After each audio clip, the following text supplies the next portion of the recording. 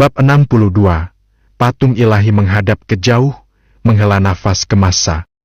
1 jam kemudian, Sui dan Guobing tiba di kuburan massal tak bertanda di kaki Mazer Ghost Ridge. Mereka disambut pemandangan rerumputan yang ditumbuhi rumput, nisan berserakan, dan burung gagak yang hinggap di pepohonan tak berdaun di kejauhan. Dari waktu ke waktu, burung-burung mengeluarkan tangisan yang parau dan tidak menyenangkan. Meski masih pagi, pemandangan ini cukup membuat panik. Wanita muda berseragam dan rombongannya jelas sudah menunggu cukup lama. Saat mereka melihat Sui dan Guobing berjalan santai ke arah mereka, gadis itu mendengus dingin karena tidak senang. "Kamu akhirnya sampai di sini!" Dia kemudian melompat dari kudanya dan memerintahkan, "Suruh 2 orang tetap di belakang untuk menjaga kudanya. Paman Yang dan yang lainnya akan menemaniku ke pegunungan." "Ya, Bu." Para petugas segera mulai bekerja. "Guobing, tunjukkan jalannya," perintah gadis itu. Guobing buru-buru menurutinya. Saat Sui melihat ini, dia mengejarnya. "Aku akan pergi bersamamu." Dia setuju untuk memastikan kembalinya Guobing dengan selamat, jadi dia tentu saja tidak akan membiarkan Guobing memimpin sendiri. "Siapa yang mengira pria keras kepala sepertimu masih punya hati nurani?" Gadis berseragam militer itu mengejek. Sui mengabaikannya begitu saja. Dia tidak akan merendahkan dirinya dengan kehilangan kesabaran pada gadis kecil yang tidak masuk akal. Seorang anak yang jelas-jelas dimanjakan sejak usia muda. Gadis itu memikirkannya, lalu memerintahkan, "Paman Yang, kamu pergi duluan juga. Jangan biarkan Guobing menghadapi bahaya apapun." Pria paruh baya berjubah abu-abu yang dipanggilnya Paman Yang segera melakukan apa yang diperintahkan. Segera, dia dan Sui mengapit Guobing, satu di setiap sisi. Guobing kaget dan tersanjung. Dia mengucapkan terima kasih kepada mereka berdua berulang kali. Tapi Sui menggelengkan kepalanya dalam hati. Ini adalah jenis perlindungan, namun juga merupakan jenis pengawasan. Tidak ada yang patut dipuji mengenai hal itu. Kelompok itu melanjutkan, menjelajah lebih jauh ke dalam kuburan tak bertanda. Mereka melewati banyak kuburan yang sudah lama ditinggalkan dan ditumbuhi tanaman. Mereka melihat banyak tulang kering, kertas dupa berserakan, dupa bekas, dan lilin pecah di tengah semak-semak. Semakin jauh mereka pergi, semakin dalam rerumputan dan semakin tebal kabutnya. Selain sesekali suara burung gagak, tempat itu sangat sunyi dan sunyi. Guobing memegang pisau berburunya, memotong jalan melewati rerumputan dan semak duri. Dia maju terus dengan percaya diri. Ini adalah wilayah yang familiar baginya. "Tuan, apa yang ingin Anda lakukan di Mazer Ghost Ridge?" Guobing tiba-tiba bertanya. Gadis berseragam militer langsung menajamkan telinganya. "Pertama, beritahu saya, apakah Mazer Ghost Ridge memiliki tempat yang aneh atau menakutkan?" tanya Sui. Guobing memikirkannya, lalu berkata, "Ibu punggung Bukit Hantu selalu cenderung dihantui. Jika Anda mencari tempat yang aneh atau menakutkan, sebenarnya ada beberapa tempat. Salah satunya adalah kuil di tengah gunung di hutan pinus putih. Sudah lama ditinggalkan dan rusak. Di dalamnya ada patung dewa, tapi menghadap ke arah pintu, dan kepalanya sudah lama hilang." Gadis itu mau tidak mau bertanya, "Patung itu menghadap jauh dari gerbang? Apakah kamu yakin seseorang tidak sengaja memindahkannya? Mengapa berpaling dari dunia? Karena Anda mengeluh atas keengganan massa untuk melihat cahaya. Jika Anda bertanya kepada saya, patung ini pasti berasal dari Buddha." Guobing sempat tertegun. Kemudian, dia berkata dengan kagum, "Anda benar-benar banyak membaca, Tuan. Jauh lebih dari orang biasa seperti saya." Gadis berarmor itu mendengus dari belakang, tampak meremehkan. Sui menutup telinga terhadap hal ini, lalu bertanya, "Selain patungnya yang aneh, apakah ada hal lain yang aneh atau menyeramkan tentang kuil itu?" Guobing berkata, "Ya, cukup banyak juga. Mereka mengatakan bahwa pada malam hari, Anda dapat mendengar nyanyian dari dalam kuil yang ditinggalkan. Ada yang mengatakan bahwa itu adalah suara hantu yang sedang berbicara satu sama lain. Yang saya tahu pasti adalah jika Anda bermalam di kuil, Anda sama sekali tidak bisa memadamkan api unggun Anda.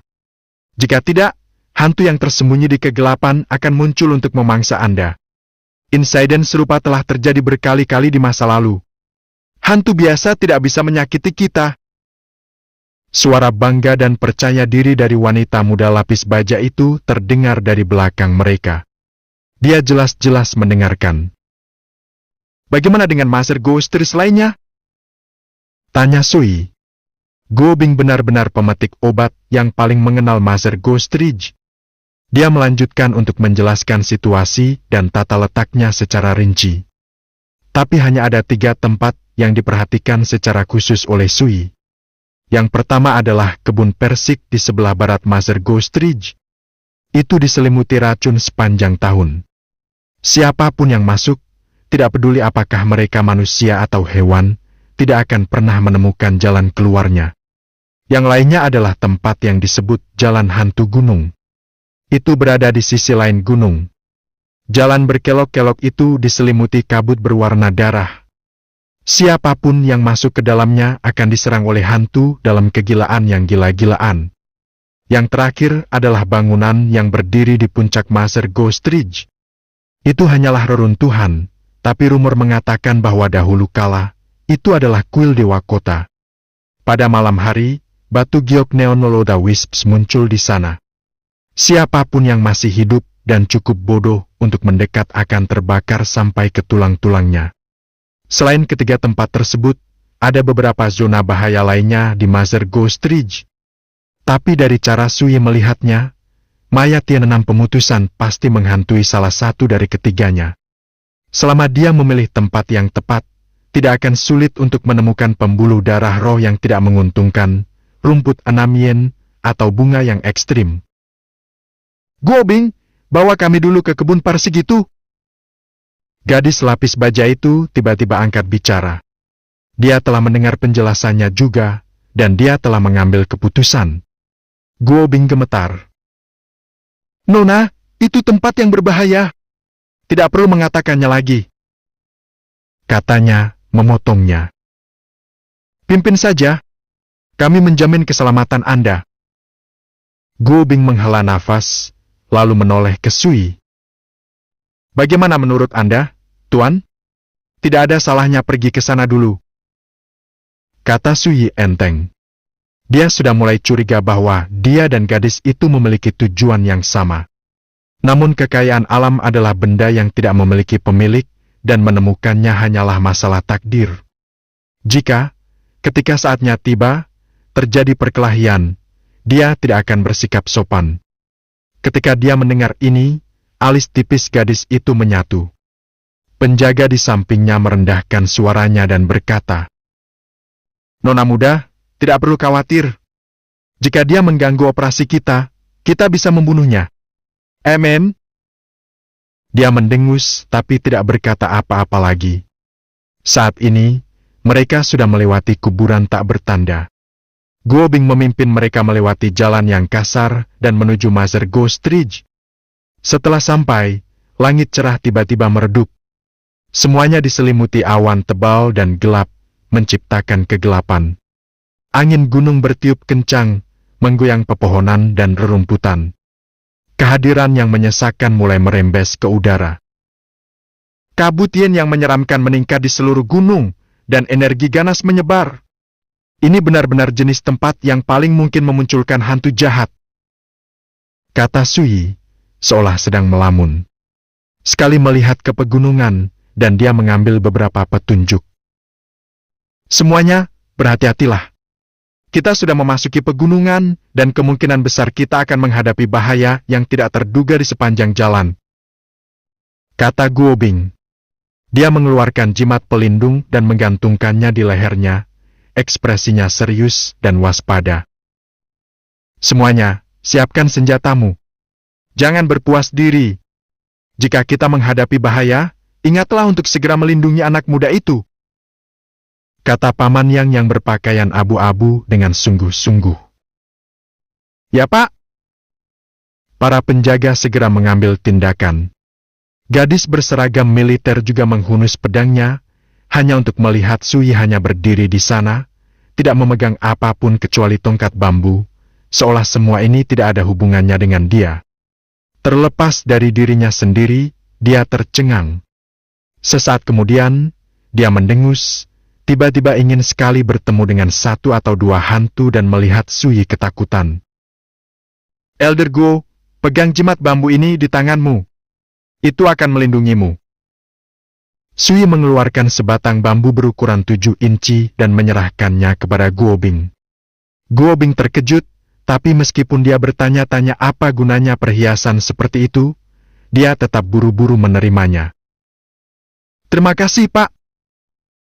Paman yang menyaksikan pertunjukan ini, dan ketika dia melihat jimat bambu, dia hanya bisa menatap. Meskipun dia tidak bisa melihat secara spesifik apa yang tertulis di sana, dia bisa tahu sekilas bahwa itu terbuat dari Blue Jade Spirit bambu. Apalagi tongkatnya terbuat dari Blue Jade Spirit bambu. Dia dengan santainya memberikan jimat berisi bahan-bahan berharga tersebut kepada seorang pemetik obat belaka. "Saya khawatir anak Su ini tidak sederhana." Alis paman yang sedikit berkerut. Kembali ke kota, Wen Juiwan memperkenalkan Sui hanya sebagai menantu keluarga Wen, seseorang yang tidak begitu penting. Tapi melihat dia sekarang, sepertinya segalanya tidak sesederhana itu. Tak lama kemudian, paman yang mengesampingkan pemikiran itu. Status dan budidayanya cukup untuk menjamin tidak ada yang salah dengan ekspedisi ini. Saat mereka terus maju, tutupan awan menjadi semakin padat. Saat itu tengah hari, tapi sepertinya mereka tenggelam dalam kegelapan tak berujung. Selain itu, kabut gunung mengaburkan pandangan mereka, memaksa mereka memperlambat langkah. Tiba-tiba, angin dingin menusuk lewat. Guo Bing bergidik, dan ekspresinya berubah. "Ini buruk. Hantu telah mengunci kita. Cepat dan mundur, kita tidak bisa melanjutkan lebih jauh." Tapi saat itulah paman yang mendengus dingin, menghunus pedang yang diikatkannya ke punggungnya, dan melompat ke depan. Memotong. Kilatan cahaya pedang merah yang menyilaukan melesat ke dalam kabut, diikuti oleh ratapan kesakitan. Jeritan itu hanya berlangsung sesaat sebelum berhenti tiba-tiba. "Itu hanyalah jiwa Yen kelas rendah. Ia bahkan tidak hidup, tidak perlu panik. Guo Bing, kamu bisa terus memimpin." Paman yang berjubah abu-abu berjalan mundur, ekspresinya tenang. Niat membunuh masih melekat di sekelilingnya. Guo Bing menghela nafas, merasa lebih nyaman. Dia mengepalkan tinjunya dan berkata, "Dengan ahli sepertimu di sini, aku tidak merasa takut sedikit pun." Seniman bela diri dalam akumulasi ki puncak lainnya. Tingkat kultivasi ini hampir tidak pernah terjadi di kota Guangling, namun disinilah dia bertindak sebagai pengawal belaka. "Aku khawatir status gadis ini tidak lebih rendah dari pria Jiang Yuansing dari ibu kota prefektur," pikir Sui. "Kultivasi di puncak alam akumulasi ki menempatkan Anda di dekat puncak seniman bela diri Zhao Agung, tepat di bawah Grand Master Alam Tungku Dalam." Kelompok ini terus maju, tanpa ada lagi insiden yang tidak terduga. Mereka harus berterima kasih kepada Guo Bing untuk ini. Tanpa pemahamannya tentang wilayah tersebut, mereka pasti akan menghadapi banyak bahaya. Mother Ghost Trees hanyalah sebuah gunung, tapi gunung itu sangat besar, mencakup puluhan mil. Bebatuannya bergerigi, tumbuh-tumbuhannya tumbuh subur, dan semak-semak lebat. Ditambah lagi dengan awan gelap dan kabut tebal, kecepatan kelompok tersebut melambat secara signifikan. 2 jam penuh berlalu sebelum mereka akhirnya mencapai titik tengah gunung. "Tuan, lihat ke sana. Kuil kumuh yang kuceritakan padamu ada di sana, jauh di dalam hutan pinus." Guo Bing menunjuk ke kejauhan. Kelompok itu menoleh, hanya untuk melihat hutan pinus putih yang subur. Mereka hampir tidak terlihat dalam kabut, tapi tidak ada cara untuk melihat kedalamannya. "Jika hari sudah gelap saat kita kembali, kita selalu bisa bermalam di kuil yang rusak." Guo Bing mengatakan ini dan baru saja akan melanjutkan ketika cahaya api yang hampir tidak terlihat menerangi hutan pinus putih di kejauhan. Suyi dan Paman Yang, keduanya ditempatkan di depan kelompok, menyadari hal ini pada waktu yang hampir bersamaan. Bab ke-63. Bab 63, Roh Jahat Merajalela tanpa cahaya Buddha. Cahaya itu hanya bertahan sesaat, lalu menghilang tanpa bekas. Paman Yang berpikir sejenak, lalu menoleh ke gadis lapis baja di belakangnya. Nona, sepertinya ada seseorang yang bersembunyi jauh di dalam hutan pinus putih. Seseorang? Gadis berpakaian militer sama sekali tidak takut. Sebaliknya, dia terlihat penasaran.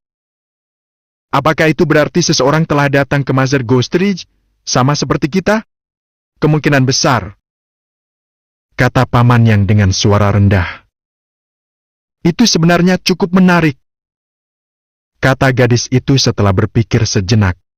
Dia dengan cepat mengambil keputusan. Karena kita memang bertemu dengan mereka, sebaiknya kita pergi melihatnya. Ini tidak akan memakan banyak waktu. Alis Suyi sedikit berkerut, tapi pada akhirnya, dia tidak berkata apa-apa. Kelompok itu mengubah arah, menuju hutan pinus putih di kejauhan. Mereka sudah setengah jalan mendaki gunung. Seluruh rute ditutupi rumput liar yang cukup tinggi hingga mencapai lutut. Tidak ada jalan dimanapun yang terlihat. Guo Bing mengayunkan pisau berburu, membersihkan rumput dari jalur mereka. Dia tersenyum. Pada siang hari, reruntuhan candi itu sangat aman. Di malam hari Anda harus berhati-hati. Tak lama kemudian, rombongan memasuki kawasan yang ditumbuhi pohon pinus putih. Pepohonan menjulang tinggi ke langit, jarumnya menghalangi langit. Kabut putih masih tertinggal di udara. Saat mereka berjalan, yang mereka lihat hanyalah kegelapan hutan yang menakutkan.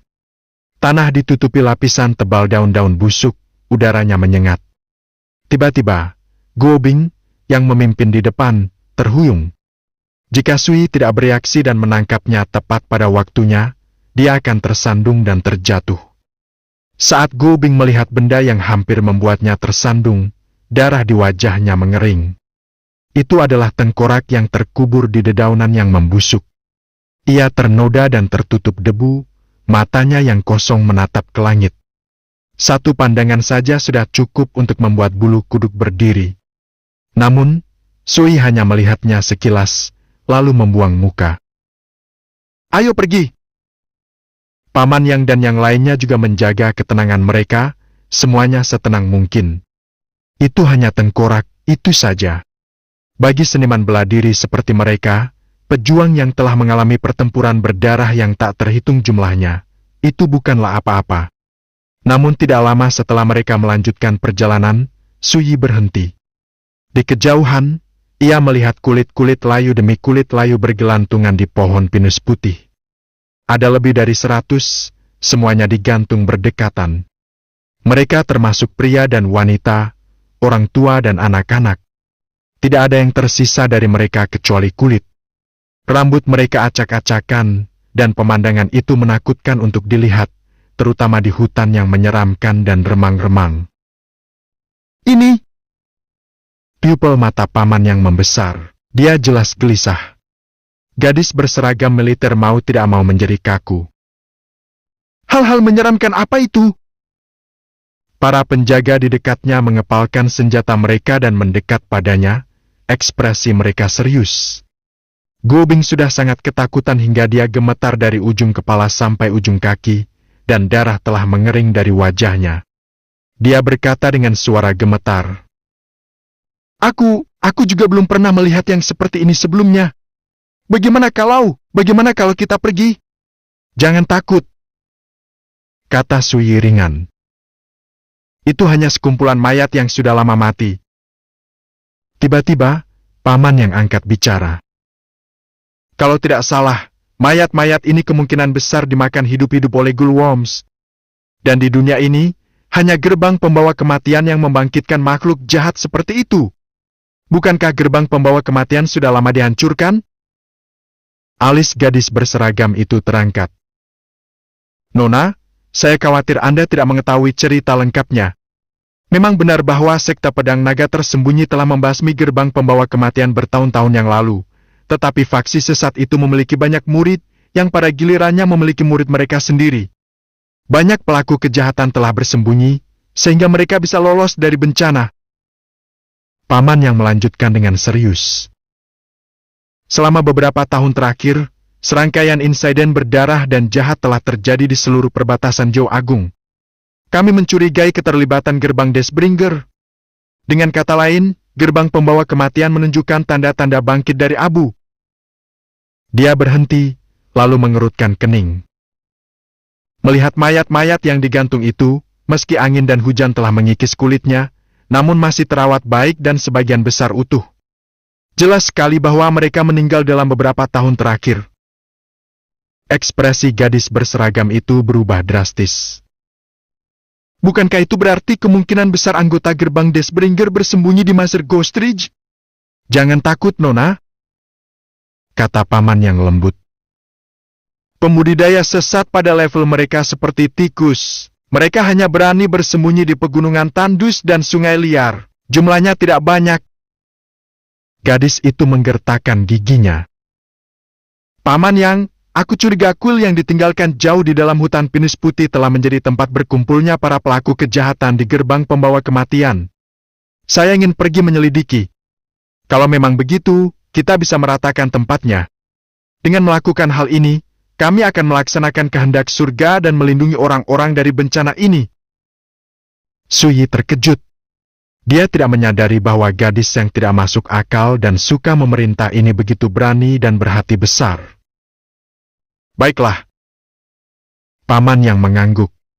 Meski Go Bing sangat menentang upaya berbahaya ini, saat dia melihat Suyi tidak keberatan, dia hanya bisa menguatkan diri dan menyetujuinya. Sesaat setelah melewati kulit-kulit yang digantung, mereka melihat sebuah bangunan di kejauhan. Itu hanya terlihat samar-samar melalui kabut. Ketika mereka mendekat, mereka bisa melihatnya dengan lebih jelas. Itu sudah tua dan rusak. Gulma dan tanaman merambat tumbuh di dekatnya, tapi tempat itu memang terlihat seperti kuil. Itu benar, memang ada banyak orang yang mengunjungi tempat ini akhir-akhir ini. Sekilas, paman yang melihat seseorang telah memotong rumput liar yang tumbuh di tangga batu, membuka jalan bagi orang untuk berjalan. Semuanya, hati-hati! Setelah memberikan perintah ini, paman yang melanjutkan perjalanan ke kuil. Saat melewati gerbang, dia melihat halaman bobrok. Patung berhala di sana telah jatuh ke tanah, dan tanaman kini tumbuh di permukaannya. Di dekat bagian depan istana ada sebuah aula besar. Sudah lama tidak ada yang memperbaikinya, dan hampir runtuh. Pernis merahnya terkelupas, dan pintu serta jendelanya pecah, gambaran yang sangat menyedihkan. Begitu Suyi dan teman-temannya tiba, sebuah suara dingin terdengar dari dalam aula. Segera setelah itu, sesosok tubuh menyerbu ke arah mereka. Itu adalah seorang lelaki tua, kurus seperti bambu. Dia mengenakan jubah hitam, dan matanya bersinar dengan cahaya giok yang redup namun sangat tidak wajar. Ketika dia melihat Suyi dan yang lainnya, ekspresi lelaki tua itu berubah drastis. Dia segera meraih seruling tulang di pinggangnya dan meniupnya dengan keras.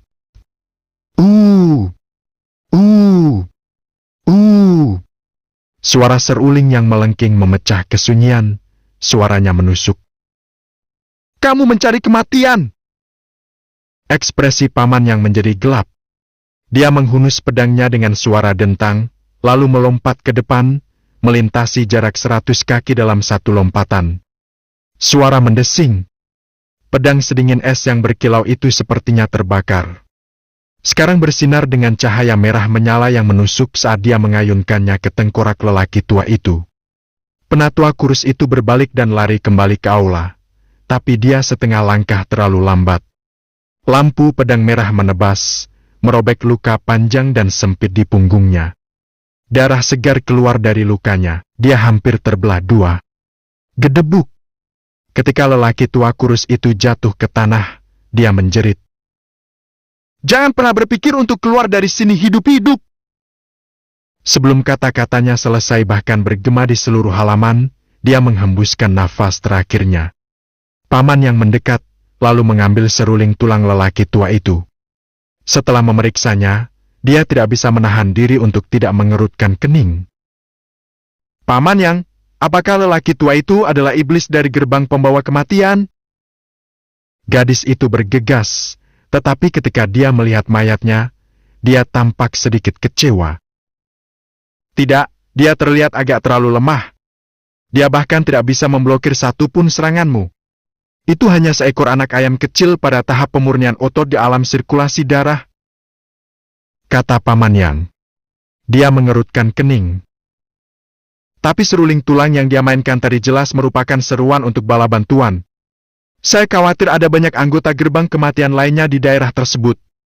Apa yang perlu ditakutkan? Paman Yang, dengan kamu di sini, kami akan membunuh siapapun yang muncul." Kata gadis berseragam itu tidak sedikit pun khawatir. Lalu, alisnya yang tipis bertaut. Dia baru saja melihat Suyi berjalan ke aula. Di dalamnya ada patung lain yang sedang dia periksa, seolah-olah tidak terjadi apa-apa sekarang.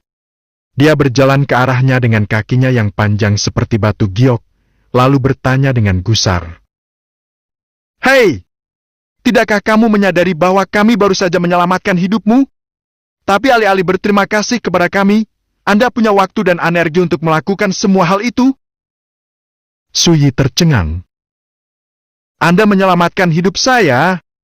Menurutmu sebaliknya? Tanpa kami, apakah Anda berani datang ke sini? Bahkan jika kamu melakukannya, iblis dari gerbang pembawa kematian pasti akan membunuhmu. Tanpa kami, kamu hanya akan menjadi kulit kosong yang tergantung di pohon pinus sekarang." Gadis itu melotot, kata-katanya penuh dengan ejekan dingin. Ekspresi Suyi tidak terlalu berubah. "Ingat, Anda di sini bersama saya dan Penatua Guo, bukan sebaliknya. Jika kamu benar-benar mampu, kamu akan datang ke sini sendirian." Saat dia mengatakan ini, dia mengabaikannya sepenuhnya dan berjalan ke sisi lain aula. Gadis itu memiliki banyak kekurangan. Misalnya, dia mempunyai sifat pemarah, dia mudah sombong dan mudah marah, dan dia suka mengatur orang lain. Tapi tidak ada kekurangannya yang seburuk itu. Suyi tentu saja tidak akan mengubah ini menjadi pertarungan nyata hanya karena beberapa hinaan. Itu tidak sepadan. Gadis berseragam itu menatap Suyi, sangat marah hingga dadanya naik turun. Wajah mungilnya yang cantik membeku, dan dia terdengar mengepalkan teh putih mutiaranya. Namun meski marah, dia tidak bisa membantah apa yang baru saja dikatakan Suyi. Sementara itu, Paman Yang telah menyaksikan seluruh adegan ini berlangsung. Dia juga merasa tidak senang di dalam hati. Tidak peduli apa yang dia katakan, dengan menemani mereka, Suyi telah memperoleh manfaat yang sangat besar dan sama sekali tidak layak diterimanya. Lagi pula, jika dia datang ke sini tanpa mereka, siapa yang tahu berapa banyak bahaya yang akan dia hadapi sepanjang perjalanan? Anak itu kelihatannya pintar, tapi sepertinya dia masih belum menyadari betapa mulianya status kangen itu. Kalau tidak, aku khawatir dia tidak akan berani berdebat dengannya seperti itu. Paman Yang menggelengkan kepalanya dalam hati, lalu membuang pikiran itu ke samping. Dia sadar betul bahwa saat ini, setiap pemuda lebih sombong dibandingkan pemuda lainnya. Kepercayaan diri mereka sangat tinggi. Reaksi Suyi sama sekali tidak aneh. Lagi pula, tanpa sedikit pun kesombongan, bisakah Anda disebut pemuda? Jelas sekali seseorang telah membersihkan bagian dalam aula. Tempat itu bersih, setidaknya secara relatif, tanpa debu dan sarang laba-laba seperti bangunan yang ditinggalkan. Patung berhala di tengah aula menghadap ke arah pintu, namun kepalanya hilang. Tanah liat berwarna di tubuhnya retak, dan tidak ada yang istimewa darinya. Namun di sisi aula, Suyi menemukan beberapa bekas cat.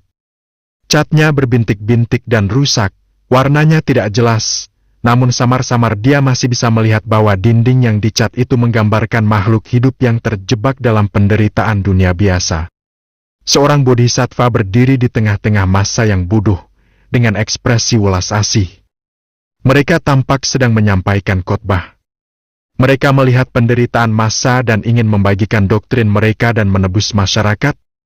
Itu pemikiran yang bagus, tapi sayangnya, kuil ini sudah lama rusak. Lebih buruk lagi, itu berhantu. Hantu dan pelaku kejahatan merajalela. Hanya cahaya sang Buddha yang tidak terlihat. Betapa terpencilnya. Sui menyesali dirinya sendiri. Di 9 provinsi alam liar, agama Buddha berkembang pesat. Umat Buddha memiliki provinsinya sendiri dan murid yang tak terhitung jumlahnya. Altar mereka diterangi dupa sepanjang tahun. Namun di negara biasa seperti Jau Agung, tampaknya para biksu Buddha mengalami masa-masa sulit. Sementara itu, gadis berseragam itu masih gusar, bibir cantiknya mengerucut tak senang. Melihat ini, salah satu penjaga diam-diam mendekat dan berbisik. "Nona, bagaimana kalau kita memberi pelajaran pada orang bodoh itu? Atau kita bisa membunuhnya dan menyelesaikannya? Bagaimanapun, kita berada jauh di pegunungan dan jauh dari kota. Tidak ada yang akan tahu." Bab ke-64. Bab 64, malam hujan, pembunuhan datang bersama angin. Gadis berseragam militer berusia 16 tahun ini, dan dia terbiasa mendapatkan apapun yang dia inginkan. Jika dia menginginkan angin, maka itu berangin. Jika dia ingin hujan, maka turunlah hujan. Dia belum pernah bertemu seseorang yang keras kepala seperti Sui sebelumnya.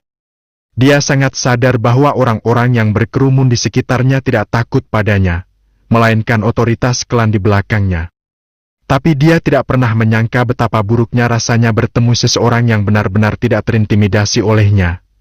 Dan lebih buruk lagi, yang berani membalas berkali-kali. Terutama karena, menilai dari sikap Sui, dia tidak suka berdebat dengannya.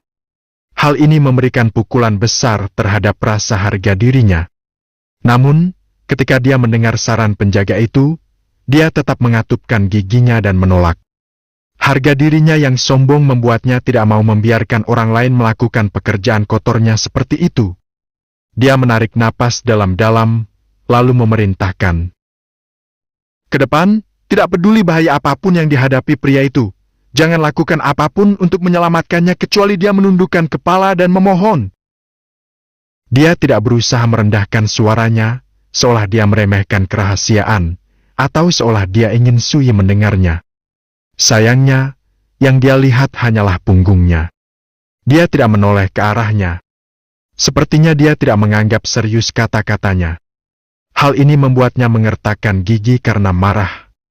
Dia menarik napas dalam-dalam beberapa kali karena takut kehilangan kendali atas emosinya, menyerang, dan memenggal kepala Sui. "Nona, kamu tidak boleh marah. Menantu keluarga kami juga bukan orang biasa." Guo Bing sepertinya menyadari suasana aneh itu. Dia tersenyum meminta maaf dan menjelaskan dalam upaya meredakan permusuhan antara dia dan Sui. "Apakah dia sekuat itu?" Dia mendengus dingin. Guo Bing sepertinya tidak meremehkannya. Dia berkata dengan bangga. "Itu wajar saja. Pada perjamuan gerbang naga 2 malam yang lalu, menantu keluarga kami menekan setiap penantang lainnya dan merebut posisi teratas. Kejadian ini mengguncang kedua sisi Great Aja. Mereka sedang mendiskusikan menantu keluarga kami bahkan di Cloudfall City." Gadis itu sempat tertegun. Kemudian, dia menatap Sui di kejauhan, tampak tercerahkan. "Jadi itu alasannya. Tidak heran dia begitu angkuh. Dia menempati posisi pertama di perjamuan gerbang naga dan sekarang dia mengira dia punya barang." Kali ini, Guo Bing akhirnya menangkap ejekan dalam kata-katanya. Dia merasa sedikit tidak senang. Dia mungkin masih muda, tapi bagaimana dia bisa begitu buta? Apakah menurutnya menempati posisi pertama dalam perjamuan gerbang naga adalah prestasi biasa? Guo Bing menggelengkan kepalanya, tapi dia tidak mau menjelaskan lebih jauh. Guo Bing tidak menyangka, di mata gadis berseragam itu, menempati posisi pertama dalam acara remeh seperti perjamuan gerbang naga kecil di kota Guangling bukanlah apa-apa. Gemuruh. Guntur rendah bergemuruh di cakrawala, mengguncang ubin candi yang bobrok. Gumpalan debu berjatuhan dari langit-langit. Gadis berseragam itu tertegun. Dia segera melihat keluar aula. "Nona, sebentar lagi akan turun hujan."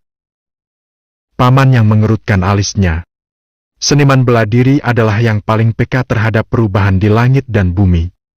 Saat guntur bergemuruh di atas kepala, paman yang merasakan sedikit kelembapan di udara.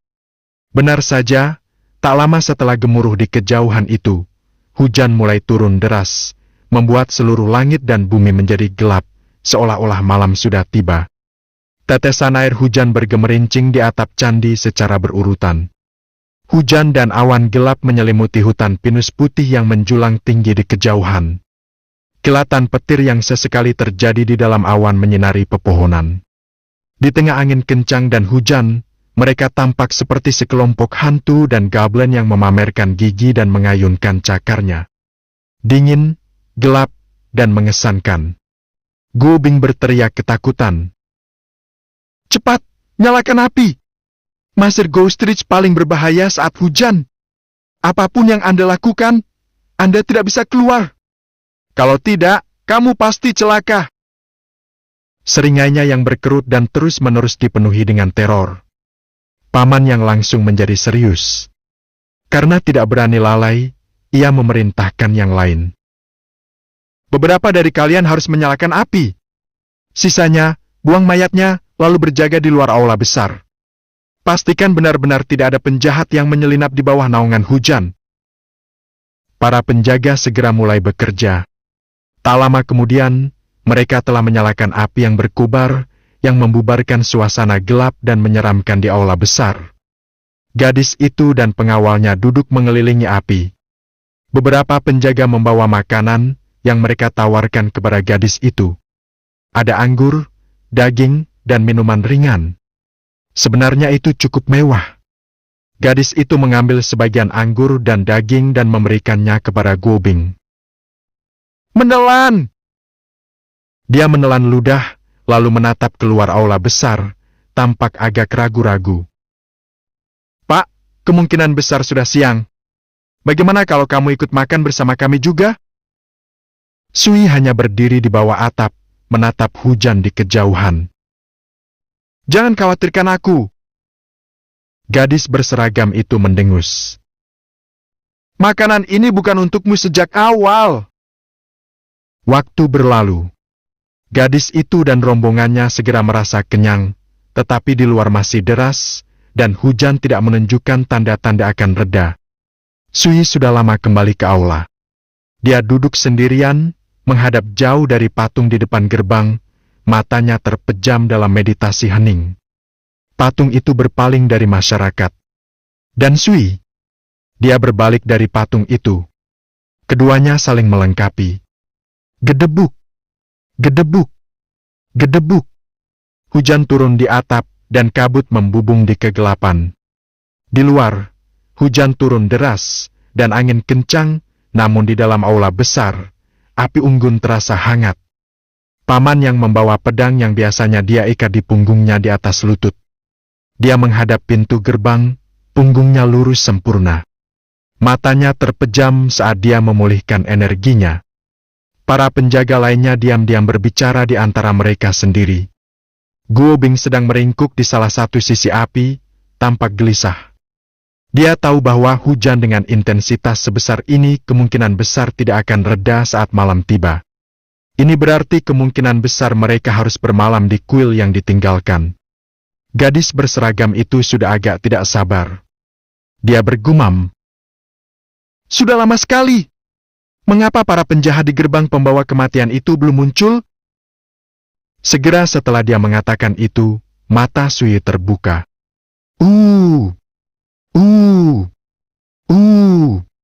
Energi Yin sekitar tiba-tiba melonjak seperti angin puyuh, membuka pintu aula besar yang tertutup rapat. Api unggun yang berkobar melonjak, menyebarkan percikan api yang tak terhitung jumlahnya, tetapi dalam beberapa detik, api itu padam sepenuhnya. Hal ini membuat seluruh aula menjadi gelap gulita. "Lindungi nona muda! Hati-hati! Itu segerombolan Ghoulworms!" Bagian dalam aula berada dalam kekacauan total.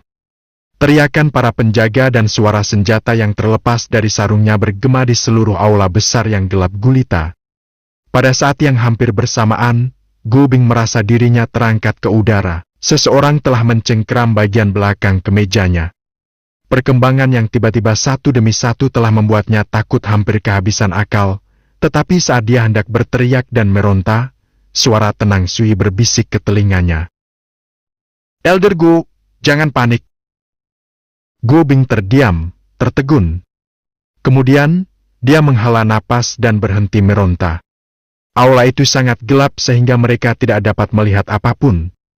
Namun Sui berjalan dengan tenang seolah sedang berjalan-jalan, menggendong Go Bing dan kembali ke patung. Kegelapan membatasi penglihatannya, sama seperti yang lainnya. Dia hanya bisa melihat secara samar-samar.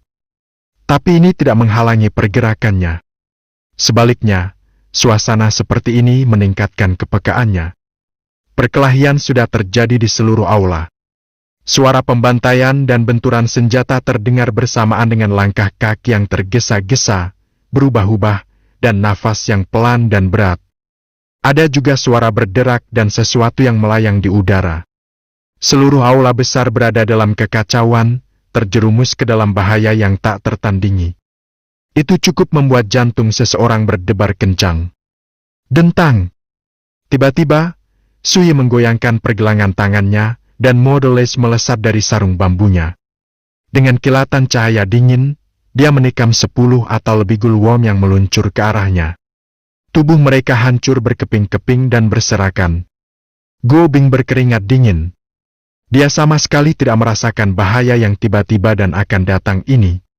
Angin kencang menderu-deru, berulang kali membanting gerbang utama.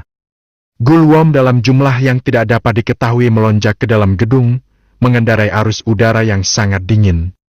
Pertempuran berlanjut. Sui hanya berdiri di sana. Setiap kali dia merasakan bahaya yang akan datang, Motelage menyerang seolah-olah dia memiliki matanya sendiri, membunuh cacing-cacing itu dengan akurasi yang sempurna. Itu tidak meleset, tidak sekalipun. Sui tampak sangat santai. Hal ini sangat meyakinkan bagi Go Bing, yang hatinya perlahan-lahan menjadi tenang. Tak lama kemudian, dia tidak terlalu panik. 15 menit kemudian, suara seruling tulang yang menusuk terdengar di tengah hujan dan kegelapan di luar aula. Itu bertindak seperti sinyal. Angin jahat langsung menghentikan amukannya, dan Gulworms yang tersisa bereaksi seolah-olah mereka telah dipanggil, semuanya bergegas keluar. "Jangan kejar mereka! Nyalakan apinya dulu!" Di tengah kegelapan, paman yang berseru, suaranya seperti besi. Tak lama kemudian, mereka menyalakan api unggun baru, cahaya hangatnya menghilangkan kegelapan. Ketika mereka memulihkan pandangan mereka melihat bahwa bagian dalam aula tertutup puing-puing. Paman Yang dan penjaga lainnya berdiri melindungi wanita muda itu. Tanpa kecuali, ekspresi mereka sangat serius dan menakutkan. Mayat cacing hitam yang tak terhitung jumlahnya berserakan di lantai. Sui melihat sekeliling, lalu berkata pada Go Bing, "Kita aman untuk saat ini." Tapi tiba-tiba, ekspresi paman Yang berubah, dan dia berlari keluar aula. Ketika dia kembali, ekspresinya tidak sedap dipandang. "Nona, Hu Jiu dan Jang Tong telah dibunuh." Mereka adalah dua orang yang pertama kali dia tugaskan untuk berjaga di luar gerbang utama.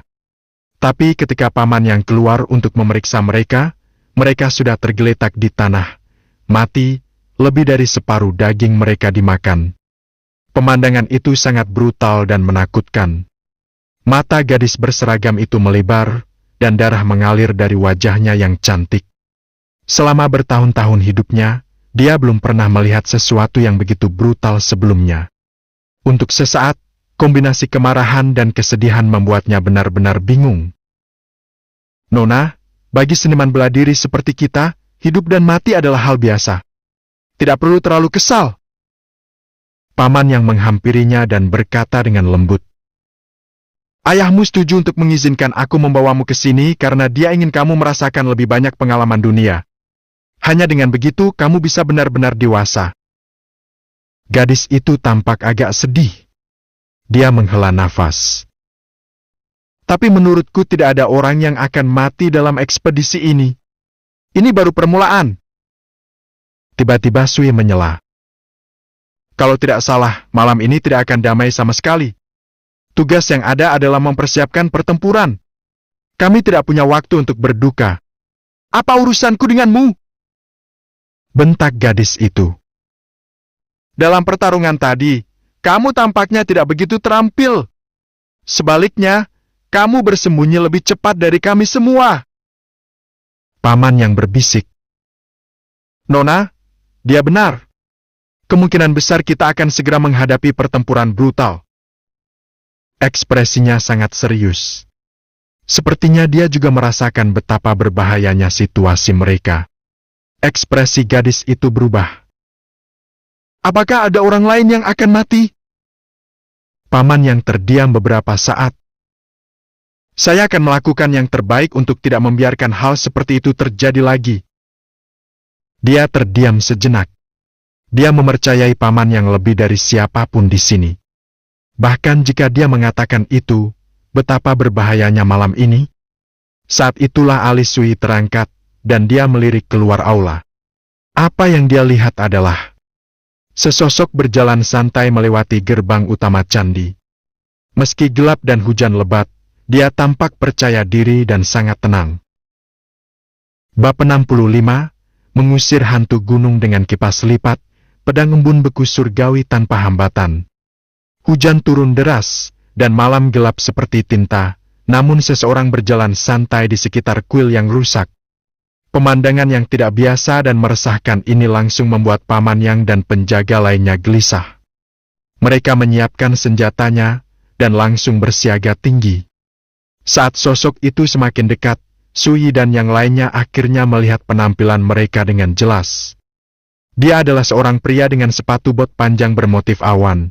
Alisnya gelap seperti tinta dan rambutnya diikat membentuk jambul. Dia memiliki hidung mancung dan memegang kipas lipat. Dia tampan, jubah gioknya berpotongan ketat dan pas bentuknya, seperti bangsawan muda yang keren. Setiap inci tubuhnya memancarkan keanggunan. Gadis berseragam itu tertegun. Dia bergumam tanpa sadar. Pria itu sangat cantik. Menggunakan kata cantik untuk mendeskripsikan seorang pria sepertinya tidak tepat, tapi dia tidak bisa memikirkan cara yang lebih baik untuk mendeskripsikannya. Hati-hati, Nona. Siapapun dia tidak sederhana. Paman yang bereaksi seolah musuh yang kuat telah tiba. Ekspresinya menjadi serius, tatapannya setajam pisau. Dia menatap tajam ke arah tuan muda anggun yang semakin dekat ke aula. Ini adalah kuil yang ditinggalkan di hutan belantara, tempat hantu merajalela. Anda sebaiknya kembali ke tempat asal Anda, tuan muda. Jika tidak, jangan salahkan kami atas perilaku buruk kami. Teriak salah satu penjaga. Kata-katanya kasar dan mengancam, tapi juga menyelidik. Tuan muda itu berhenti sekitar 30 kaki dari gerbang, bermain dengan kipas lipatnya. Dia berkata dengan nada riang. Sopan santun yang buruk? Haha, jika aku tidak mengasihanimu lebih awal, aku khawatir cacing hantu itu sudah melahapmu sekarang. Kamu hanya akan menjadi kulit kosong yang tengik. Apa? Semua orang tampak mulai, gelombang mengalir di hati mereka. Apakah kamu anggota gerbang pembawa kematian? Tanya Paman Yang dengan sungguh-sungguh. Kamu salah. Orang-orang gerbang Desbringer itu hanyalah orang-orang gagal yang kuanggap sebagai bawahanku. Itu saja. Tuan muda itu menggelengkan kepalanya. Saya di sini untuk menemui Anda karena alasan yang sama. Selama kamu mengakuiku sebagai tuanmu dan berjanji setia padaku, kamu bisa terus hidup. Dia berdiri di tengah hujan lebat, tetapi kekuatan tak kasat mata sepertinya membubarkan hujan sebelum menerpa dirinya. Pakaiannya tidak sedikit pun lembab, dan dia sama sekali tidak terlihat basah kuyup. Sebaliknya, dia memancarkan aura misterius yang tak tertandingi. Mengakui kamu sebagai tuanmu? Anda pikir Anda siapa? Apa yang memberimu hak untuk berbicara dengan arogansi seperti itu? Gadis berpakaian militer itu mendengus. Saat kamu berjanji setia kepadaku, kamu secara alami akan mengetahui siapa aku. Tuan muda tersenyum ketika dia memandangnya. Kemudian, untuk pertama kalinya, mereka semua melihat pupil mata pemuda itu yang berwarna merah darah dan berkilau samar. Mereka bersinar seperti bulan merah, menakutkan dan menakutkan. Hati gadis itu bergetar. Matanya menjadi kosong, dan dia tiba-tiba menghunus pedangnya dan menyiapkannya. Paman yang bereaksi dengan cepat, menekan bahunya dan berkata dengan suara yang menggelegar seperti guntur musim semi. "Nona, cepat dan jernihkan pikiranmu." Setiap kata menggelegar seperti guntur, bergema di seluruh langit dan menyapu suasana yang meresahkan. Bahkan ubin batu pun bergetar. Gadis itu merasakan dengungan di telinganya saat dia tiba-tiba mendapatkan kembali kejernihan mentalnya. Ketika dia melihat tuan muda yang cantik tapi tidak wajar itu, tatapannya membawa sedikit teror yang baru ditemukan, dan wajahnya yang cantik terlihat lebih pucat dari sebelumnya. Baru saja, dia dalam keadaan linglung, seolah terkena sihir iblis. Dia benar-benar kehilangan kesadarannya. "Oh, seorang seniman bela diri realm akumulasi Ki Puncak. Tubuhmu itu sebenarnya cukup terlatih." Tuan muda memandang paman yang dari atas ke bawah dengan penuh penghargaan, dengan sikap seperti seseorang yang sedang memilih barang dari toko. Rasanya sangat tidak nyaman. "Jadi, yang mulia apa yang akan Anda lakukan jika kami menolak? Apakah Anda akan menggunakan kekerasan?" Paman yang menarik napas dalam-dalam, dan auranya meluas, seperti sinyal api yang mengepul ke langit. Bahkan suaranya menggelegar seperti guntur, setiap kata membawa kekuatan yang menakutkan. Ini adalah seniman bela diri di puncak alam akumulasi Ki, sinyal seperti darah dan Ki, kuat seperti guntur. Jika jiwa yin biasa melihat ini, tidak ada bedanya dengan jika mereka melihat matahari. Kekuatan darah dan Ki yang melonjak akan memusnahkan mereka di tempat mereka berdiri. Tapi tuan muda itu tampaknya tidak peduli sedikit pun. Dia berkata, "Saya datang ke sini untuk memberi Anda kesempatan hidup, jadi saya mendorong Anda untuk menghargainya. Kalau tidak, begitu aku menyerang." Matanya yang berwarna darah menyipit, dan tatapannya menyapu seluruh kelompok sebelum dia berkata, "Saya jamin tidak satu pun dari Anda akan meninggalkan tempat ini hidup-hidup." Kata-katanya biasa saja, namun sangat mencemooh dan penuh percaya diri. Hati para penjaga tenggelam, ekspresi mereka terlihat lebih serius. "Kalian semua, lindungi nona muda." Paman yang menarik napas dalam-dalam, lalu melangkah maju. Saat itu juga, dia seperti pedang yang lepas dari sarungnya. Tulangnya retak seperti guntur yang menggelegar, dan energinya melonjak, menderu seperti arus sungai yang ksi. Dentang! Paman yang menghunus pedangnya dengan kekuatan ledakan. Kekuatan tersebut menembus hujan lebat, menyebarkan tetesan air hujan di dekatnya. Butir-butir air yang tak terhitung jumlahnya meledak menjadi kabut. Saat air berhamburan, paman yang melesat ke depan seperti kilat. Keberaniannya yang luar biasa membuat gadis itu dan penjaga lainnya tercengang. Hanya Sui yang menggelengkan kepalanya dalam diam. Mereka kemudian menyaksikan tuan muda itu berdiri di tempatnya. Dia dengan santai melambaikan kipasnya. Dentang! Suara tabrakan yang menggetarkan terdengar. Kipas lipat itu dengan mudah memblokir serangan kemarahan paman yang. Tidak peduli seberapa keras dia mencoba, dia tidak bisa menggerakkannya bahkan sehelai rambut pun. "Kamu tidak baik." Tuan muda itu menggelengkan kepalanya, lalu mengangkat kipasnya. Paman yang merasakan aliran energi yang dingin yang melimpah melalui kipas angin dan pedang, seperti hawa dingin yang tak terbatas menghantam dirinya. Selaput tangannya bergetar, dan dia terhuyung mundur beberapa langkah. Pedangnya hampir terlepas dari tangannya. Bang! Bang! Bang! Dengan setiap langkah dia mundur, ubin batu di bawah kakinya terbelah dan pecah, menimbulkan asap dan debu. Mudah untuk membayangkan betapa mengerikannya serangan yang baru saja dialami Paman Yang. Gadis berseragam dan para penjaga terpaku di tempatnya, hati mereka bergetar. Bagaimana tuan muda itu bisa begitu menakutkan? Perlu dicatat bahwa Paman Yang adalah anggota terkuat di partai mereka.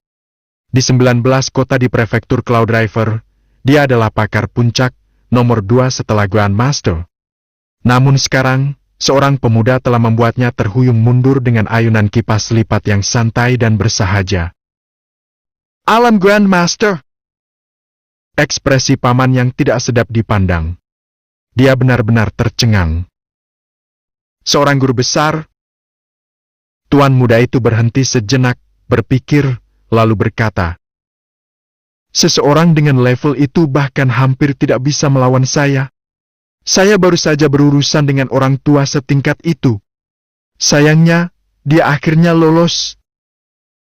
Suaranya membawa nada penyesalan. Hati kelompok itu terkepal. Mereka merasa seolah-olah terjun ke jurang es. Bahkan Grandmaster bukan tandingan tuan muda ini. Siapa dia? Kenapa dia menyembunyikan dirinya di tempat angker seperti Mazer Ghost Ridge? Tapi ekspresi Sui sepertinya berkata, memang, seperti dugaanku. Dari penampilannya, dia sudah lama mengetahui rahasia lawannya. Tuan muda itu melirik ke langit, lalu menghela nafas panjang. Ini sudah larut. Aku akan memberimu satu kesempatan terakhir, menyerah atau mati. Paman Yang, ambil ini. Gadis berseragam itu tiba-tiba mengeluarkan pedang panjang berwarna perak dan melemparkannya padanya. Pedang itu berwarna keperakan dengan kilau dingin, putih dan tembus cahaya seperti salju. Itu diukir dengan simbol dan pola awan yang tidak jelas dan terdistorsi, seterang salju yang diterangi cahaya bulan. Senjata jimat asal! Kejutan melintas di wajah Sui. Dia segera menyadari kehebatan pedang ini. Bila ini ditempa dari materi spiritual, itu adalah senjata spiritual biru yang sesungguhnya. Tapi tidak seperti senjata spiritual biasa, seorang kultivator asal Dao telah mengukir tanda pada bilahnya, memberinya kekuatan jimat atau susunan formasi. Kegunaannya jauh melebihi senjata spiritual biasa. Oleh karena itu, senjata semacam itu dikenal sebagai senjata jimat asal. Di 9 provinsi alam liar, senjata semacam itu tidak terlalu langka, tetapi di Zhou Agung yang tandus secara spiritual, ini benar-benar senjata dewa kelas atas. Gadis berseragam militer yang membawa benda seperti itu hanya membuat semakin jelas bahwa latar belakangnya luar biasa. Dengan pedang ini di tangan, Paman Yang menjadi lebih tenang, dan dia memancarkan aura percaya diri yang besar. Matanya berkobar dengan sedikit intensitas saat dia menatap senjatanya. Pedang itu disebut es surgawi. Dan itu adalah hadiah dari dewa duniawi. Ketika tuan muda melihatnya, matanya yang tidak wajar dan berwarna merah darah berkedip-kedip karena sedikit ketakutan. Dia jelas menyadari betapa luar biasa senjata ini. Dia menyerang tanpa ragu-ragu lagi. Suara mendesing. Dia menerjang ke depan, praktis terbang. Kipasnya terbuka, memperlihatkan gambar 18 hantu gunung. Cahaya hitam melonjak, dan energi mematikan mengepul. Saat dia mengangkat tangannya, 18 aliran asap hitam muncul, berubah menjadi 18 hantu ganas. Niat membunuh mereka menyebar, menutupi langit. Seolah-olah mereka telah terjerumus ke dalam neraka yang tak terbatas. Ratapan hantu dan lolongan tidak wajar bergema di udara. Paman Yang mengangkat pedang embun beku surgawi tinggi-tinggi, bilahnya memancarkan warna perak yang menyilaukan, seperti aliran air raksa atau cahaya bulan yang mengalir. Dia mengayun, mengirimkan busur cahaya pedang. Tanpa kecuali, setiap hantu ganas yang mendekat menggeliat seolah-olah dibakar. Luka terbuka di tubuh mereka, dan bau darah meresap ke udara saat mereka melolong kesakitan. Namun di bawah kendali tuan muda, 18 hantu ganas itu tidak mundur sama sekali. Mereka hanya menyerang ke depan seperti iblis, menerjang Paman Yang tanpa mempedulikan hal lain. Dalam waktu singkat, Paman Yang dikepung. Betapapun mempesonanya pedang embun beku surgawi, dia tidak bisa membunuh begitu banyak penampakan dengan begitu cepat. Tuan muda kemudian memanfaatkan kesempatan ini untuk melompat. Dia menghindari energi pedang dengan sangat hati-hati, Sepertinya dia tidak berani menghadapinya secara langsung. Ketika dia mengunci sasarannya, dia menebaskan kipas lipatnya ke pedang. Dentang! Benturan yang diakibatkannya cukup untuk membelah batu atau menembus logam. Paman yang gemetar, pedang embun beku surgawi bergetar begitu hebat hingga dia hampir kehilangan cengkeramannya. Tidak mungkin dia melewatkan musuhnya yang mengincar pedang embun beku surgawi. Dia mengertakkan gigi dan menahan kekuatan mengerikan itu, lalu mengencangkan cengkeramannya.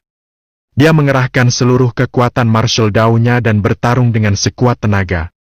Hanya dalam beberapa saat, dia membantai 3 hantu ganas. Cahaya pedang telah mengiris dan melukai yang lain, menyebarkan energi jahat mereka dan membuat mereka terluka parah.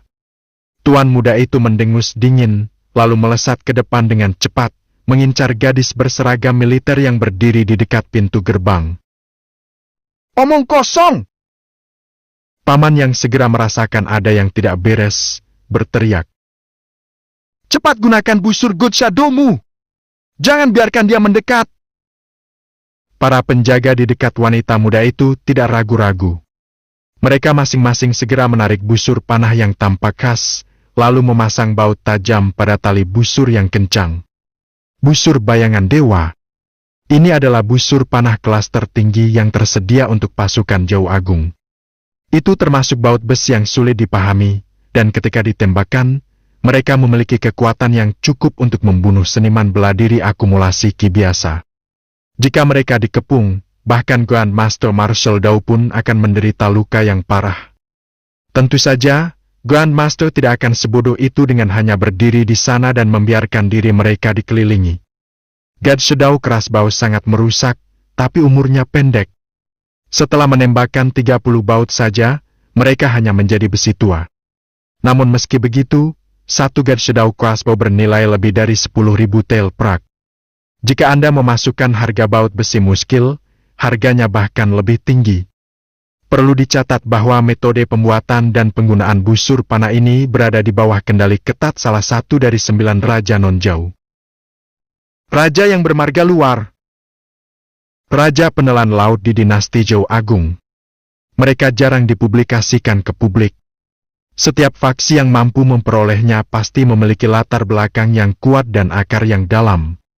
Dentingan, dentingan, dentingan.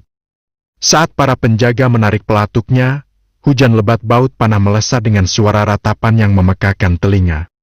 Semuanya ditujukan langsung pada Tuan Muda. Bab ke-66. Bab 66, Dewa yang mengangkat matahari tinggi-tinggi, menerangi dunia fana. Baut panah melesat ke udara, menembus hujan dan kegelapan, merobek ruang di sekitarnya dan berkilau dengan cahaya yang sangat dingin dan tajam. Tembakan anak panah yang lebat berbagi satu sasaran, seperti hujan lebat yang terkonsentrasi. Tidak ada jalan keluar. Namun Tuan Muda tidak berusaha melarikan diri. Pakaiannya berdesir, dan dia mengayunkan kipas lipatnya berulang kali ke udara. Kegentingan! Kegentingan! Kegentingan! Busur panahnya, yang masing-masing cukup kuat untuk membuat lubang di dinding, patah di udara, hancur berkeping-keping. Meskipun baut putaran pertama memperlambat pendekatan Tuan Muda, dia dengan cepat mereduksinya menjadi pecahan logam. Mereka mudah pecah seperti kayu busuk. Setelah menyaksikan pemandangan yang luar biasa ini, ekspresi gadis berbaju besi dan para penjaga berubah.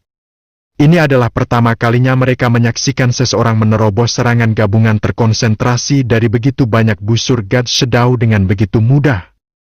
Tapi para penjaganya terlatih dengan baik. Meski terkejut, gerakan mereka tidak melambat, dan mereka kembali melancarkan serangan eksplosif. Pakaian Tuan Muda itu berkibar ketika dia berdiri di sana. Sikapnya kuat ketika dia dengan mudah menghancurkan upaya mereka untuk menghentikan pendekatannya. Namun alisnya masih berkerut. Ini karena tembakan anak panah yang terkonsentrasi mempengaruhi kecepatan pendekatannya. Sebelum dia bisa mendekat, ronde ketiga datang langsung ke arahnya. Hah! Dia mendengus dingin, wajah tampannya tiba-tiba menjadi gelap dan mematikan. Gumpalan cahaya berdarah berkobar di mata merah cerahnya yang menakutkan. Peluit pelan dan serak keluar dari bibirnya, menyebar di tengah hujan lebat. Angin jahat berkumpul, mengguncang segala sesuatu di sekitar mereka. Menanggapi panggilannya, segerombolan gulworms terbang mengikuti angin yang menderu-deru, meluncur ke arah gadis berseragam dan para pengawalnya. Ini buruk. Ekspresi mereka berubah. Setiap individu gulworm hanya seukuran ibu jari manusia. Melawan lawan seperti ini, hanya ada satu pilihan tersisa bagi mereka.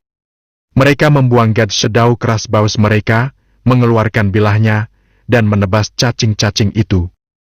Tapi ini tidak ada bedanya dengan memberi kesempatan pada tuan muda untuk mendekat. Mereka tidak bisa maju atau mundur. Lindungi nona muda! Aku akan menghadapinya! Paman yang menyerang dengan eksplosif dari kejauhan. Darah dan kinya berkobar seolah-olah terbakar. Dia menyerang dengan gagah berani, tangannya mencengkeram pedang embun beku surgawi yang bersinar. Niat membunuh membubung di sekelilingnya, dan energinya menembus hujan lebat. Tuan muda mengerutkan alisnya. Dari 18 hantu ganas yang baru saja dilepaskannya, hanya 6 yang tersisa, semuanya terluka parah. Tapi ketika dia melihat luka paman yang mata merahnya bersinar dengan rasa jijik yang tidak bisa disembunyikan. Tidak mungkin dia melewatkan saat paman yang sedang berjuang mempertaruhkan nyawanya. Ini tidak berbeda dengan membunuh 1000 musuh, hanya kehilangan 800 pasukan Anda sendiri dalam prosesnya. Baik, jika Anda mencari kematian, saya tidak keberatan mengirim Anda ke sana. Sayang sekali kulit cantikmu itu.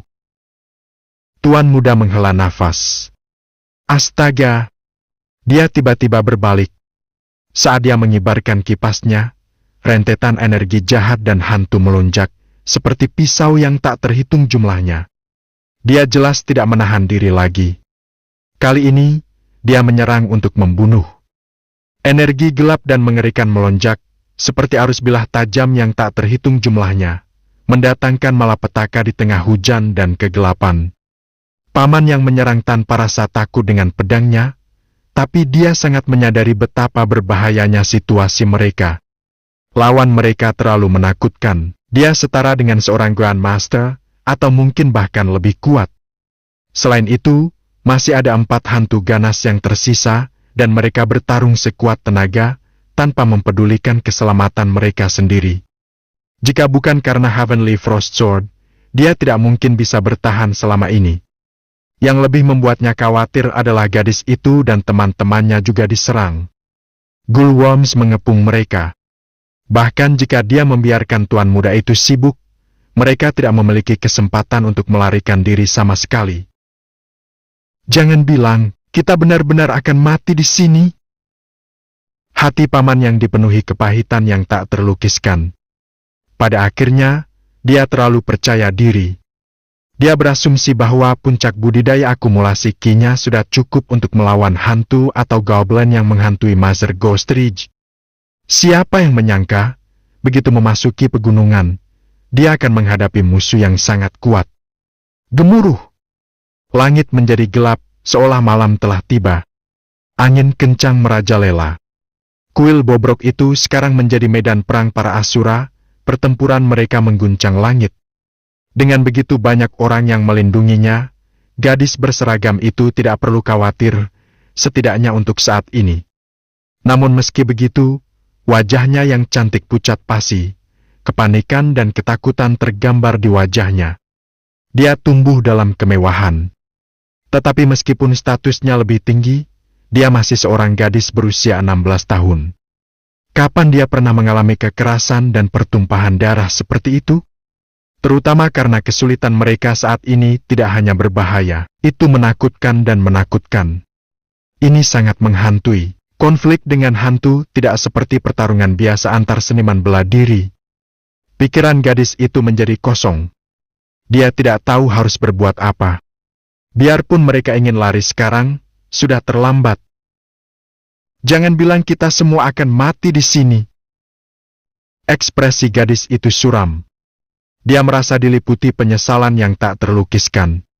Dialah yang bersikeras mengunjungi Mother Ghost Ridge. Tujuannya sederhana, dia mencari pengobatan spiritual tertentu yang dia rencanakan untuk diberikan kepada ayahnya sebagai hadiah ulang tahun. Siapa yang menyangka jika mereka melakukan hal tersebut, mereka akan menghadapi risiko kehancuran total. Jika dia tahu akan seperti ini. Saat itulah dia melihat sekilas sosok tinggi dari sudut matanya. Dia tertegun, dan tanpa sadar dia bertanya, "Apa yang akan kamu lakukan?" "Bunuh musuhnya," kata Sui begitu saja. "Apakah Anda tidak waras? Jangan membuat masalah, oke? Kamu masih begitu sombong dan keras kepala sampai sekarang. Bisakah kamu tidak membuat ini lebih buruk lagi?" Gadis itu berteriak. Suye membuatnya gelisah selama ini. Sekarang, seluruh kemarahan dan ketidaksenangannya meledak. Kepanikan dan ketidakberdayaannya berubah menjadi kemarahan dan meledak. Penjaga di dekatnya, yang terlibat dalam pembantaian kejam dengan Gulworms, juga memiliki ekspresi yang tidak sedap dipandang. Salah satu dari mereka langsung berseru, "Nona muda, lupakan dia. Lagi pula aku tidak pernah menyukai penampilannya. Jika dia ingin dirinya terbunuh, biarkan saja." Gobing panik, ekspresinya dipenuhi kekhawatiran. "Tuan, cepat! Kembali! Mangsa khusus inilah yang menjadi alasanku datang ke Master Ghost Ridge," kata Sui datar. Dengan itu, di bawah tatapan mereka yang marah dan tidak percaya, dia berjalan keluar. Meskipun tidak ada yang menyadarinya, saat Sui lewat, Gulworms di dekatnya mundur, tidak berani mendekat. Dia tidak menemui hambatan di jalannya. Sementara itu, penderitaan paman yang sudah sangat berbahaya. Dia sudah membantai 4 hantu ganas yang tersisa, tapi dia harus membayar mahal untuk melakukannya. Yenki yang jahat telah merusak tubuhnya, dan kulitnya ternoda hitam dan biru. Dan ketika dia bentrok dengan tuan muda itu, guncangan dari tabrakan mereka membuatnya berdarah. Kekuatan martial daunnya seperti lilin yang berkelap-kelip ditiup angin. Serangan tuan muda itu cepat dan ganas, wajahnya yang cantik namun menakutkan dingin dan mematikan. Dia melambaikan kipas lipatnya, niat membunuhnya seperti pisau yang membelah udara itu sendiri. Dia sangat menakutkan. Tapi dia tidak berusaha sekuat tenaga. Dia mirip kucing yang sedang bermain dengan tikus. Matanya yang sedingin es dan berwarna darah membawa rasa geli dan jijik. Jika bukan karena ketakutannya terhadap pedang embun beku surgawi, mengalahkan seseorang setingkat paman yang akan semudah membalikkan tinjunya. Paman yang menghela nafas dengan muram. Dia telah mengembara di prefektur Cloud River tanpa hambatan selama beberapa dekada. Namun di luar dugaan, sepertinya dia akan binasa di sini, di Master Ghost Ridge. Bagian yang paling konyol adalah bahkan sekarang, dia tidak bisa menentukan asal-usul atau budidaya lawannya. Bagus. Aku hanya harus menggunakan kehidupan lamaku ini untuk membelikan anak muda kehilangan kesempatan untuk bertahan hidup. Tiba-tiba, tatapan paman yang dipenuhi tekad yang kuat. Tubuhnya berkobar seperti tungku, mengguncang udara. Energinya melonjak, sangat buruk dan tegas, secara instan membuatnya lebih kuat. Tapi sebelum dia bisa mengerahkan seluruh kemampuannya, tuan muda itu tertawa dingin. "Apakah itu batas kemampuanmu?" Ledakan. Dia menggoyangkan kipas lipatnya, dan kabut berdarah dengan niat membunuh muncul, seolah-olah seluruh langit dan bumi telah tenggelam ke dalam musim dingin. Rasa dingin yang menusuk tulang dan jahat menyebar. Di seluruh area sekitar, baik hujan lebat maupun debu yang berjatuhan membeku. Ini adalah seteguk aura menyedihkan 6 yen yang telah dikembangkan oleh tuan muda. Udaranya sangat dingin. Satu hembusan napas dapat membungkus seluruh sungai dengan es, membekukan dan membunuh semua makhluk hidup di perairannya. Manusia manapun yang mendekat akan membeku menjadi patung es, dan kekuatan hidup mereka akan hilang. Paman yang sudah hampir mencapai ujung talinya, dan dia tertangkap basah. Tidak peduli betapa putus asanya dia mengayunkan pedangnya, aura berdarah, sedingin es, dan mengerikan itu tanpa henti menyerang tubuhnya. Dia merasa seolah-olah dia telah terjerumus ke dalam jurang es yang tak berujung. Dia membeku, terpaku di tempatnya, seperti ikan yang terperangkap di lapisan es. Dia tidak bisa lagi menggerakkan satu otot pun. Dari kejauhan, teman-temannya melihat kabut berdarah dan mengerikan yang membeku di sekelilingnya. Mereka hanya bisa secara samar-samar melihat lemahnya aliran darah dan kinya. "Paman Yang!" Gadis itu menjerit kaget dan panik. Saat penjaga lainnya melihat Paman Yang dalam bahaya, mereka seperti tersambar petir. Paman Yang adalah yang terkuat di antara mereka. Jika dia jatuh di sini, siapa di antara mereka yang layak menjadi itu? Sudah selesai. Paman Yang belum mati, tapi dia bisa merasakan akhir yang akan menimpanya. Dia putus asa, dan baru saja akan melepaskan semua perlawanannya ketika dia melihat seseorang mendekat. "Tunggu. Apa yang dilakukan anak Sui itu, bergegas ke sini?" Kesan Paman Yang terhadap Sui tidak terlalu baik. Dia menganggap Sui sangat angkuh dan menghina. Dia tidak menyangka di saat seperti ini, anak laki-laki itu akan mempertaruhkan nyawanya seperti ini. Meskipun dia tampak seperti seekor ngengat yang melemparkan dirinya ke dalam api, keberaniannya dalam menghadapi kematian membuat Paman Yang terharu. Anak ini. Lagi pula dia tidak terlalu buruk. Sayang sekali keberanian saja tidak cukup untuk membalikkan situasi ini. Sui sudah berjalan mendekat. Dia memandang tuan muda di dekatnya dan berkata dengan tenang, "Saya tidak akan menyangka bahwa mayat yang enam pemutusan seperti Anda akan mencapai kesadaran atau menggunakan kulit manusia untuk berkultivasi. Sayangnya, sifat jahatmu masih ada. Anda belum benar-benar menyempurnakan energi yang pembunuh alami Anda, jadi ini adalah batas Anda." Tuan muda itu membeku, lalu berbalik, mata merah cerahnya menatap Sui dengan heran. "Bagaimana kamu mengetahuinya? Aku sedang tidak berminat menjelaskan hal itu kepada makhluk jahat sepertimu." Sui menggelengkan kepalanya. "Tapi aku akan memberimu kesempatan. Jika kamu berlutut dan memohon belas kasihan, aku akan memberimu kematian tanpa rasa sakit." Anda ingin saya berlutut dan memohon?" Ekspresi tuan muda itu aneh, seolah-olah dia tidak percaya seorang pemuda mengatakan hal seperti itu kepadanya. Sui menggelengkan kepalanya dan menghela nafas. Benar saja, makhluk jahat seperti ini tidak memiliki kekuatan untuk membedakan. Dia tidak lagi ragu-ragu. Dia melambaikan lengan bajunya, dan 18 garis hijau muncul. Mereka berputar dengan lancar di udara. Jika dilihat lebih dekat, itu adalah jimat bambu. Permukaan hijaunya berkilau dan diukir dengan simbol misterius. Setiap jimat bambu terakhir menembakkan pedang ilusi yang sangat terang. Mereka bersilangan dan berkumpul di udara, mengembun menjadi seberkas cahaya pedang hijau giok. Cahaya pedang bersinar seperti miniatur matahari hijau. Ia menggantung di udara, lebarnya 3 kaki penuh, dengan pola seperti cacing yang berfluktuasi bergeser di sekitar permukaannya. Itu memancarkan aura yang setinggi langit dan tidak berwujud seperti cara kerja takdir. Kemunculannya menyinari hujan dan kegelapan, pancarannya menusuk mata, bagaikan matahari terbit dari kegelapan dunia bawah. Sui menjulurkan wujudnya dan meraih udara. Lampu pedang hijau jatuh langsung ke telapak tangannya. Dia tampak seperti dewa yang membawa matahari, cahayanya begitu menyilaukan hingga bisa menerangi seluruh dunia manusia. Bab ke-67. Saat itu gelap dan hujan deras, namun matahari muncul entah dari mana. Apa yang sedang terjadi? Gadis berseragam dan pengawalnya sudah putus asa ketika mereka merasakan sesuatu menusuk mata mereka, dan rasa dingin yang menyelimuti tubuh mereka menghilang. Kehangatan kembali muncul untuk pertama kalinya setelah sekian lama. Setelah itu, mereka melihat Sui memegang bola lampu pedang hijau. Mereka semua menatap dengan mata terbelalak, seolah-olah mereka baru saja menyaksikan dewa turun ke dunia fana. Keses! Keses!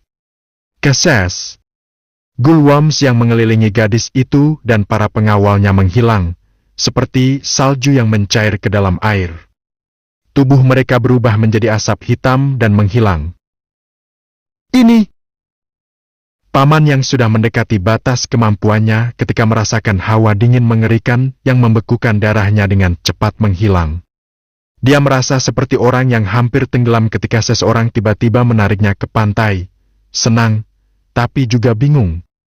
Ketika dia melihat Sui, dia merasa terkejut. Pemuda berjubah biru tampak seperti orang yang sama sekali berbeda. Pedangnya sepertinya meremehkan seluruh dunia. Sikapnya unik dengan sikap keilahian. Pada saat yang sama, ekspresi tuan muda berubah total. Dia merasakan bahayanya. Terutama menghadapi cahaya pedang di tangan Sui, dia merasakan sensasi nyeri, terbakar, dan menusuk di seluruh kulitnya. Saya tidak menyangka saya akan menghadapi kesulitan kali ini. Tuan muda itu meraung, tatapannya kejam saat dia mengayunkan kipasnya. Ledakan.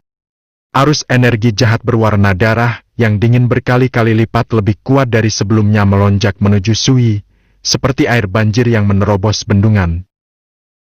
Aku tidak takut untuk memberitahumu bahwa aku menyiapkan pedang ini untukmu. Sui kemudian dengan lembut mengetuk lampu pedang hijau, dan dengungan pedang yang jelas dan berapi-api bergema di seluruh luasnya langit dan bumi. Tatapannya tenang saat pakaiannya berkibar. Dia melangkah maju, lampu pedang hijau melambai maju mundur. Itu langsung membelah udara, menciptakan busur cahaya pedang yang tak tergoyahkan dan menembus tirai hujan.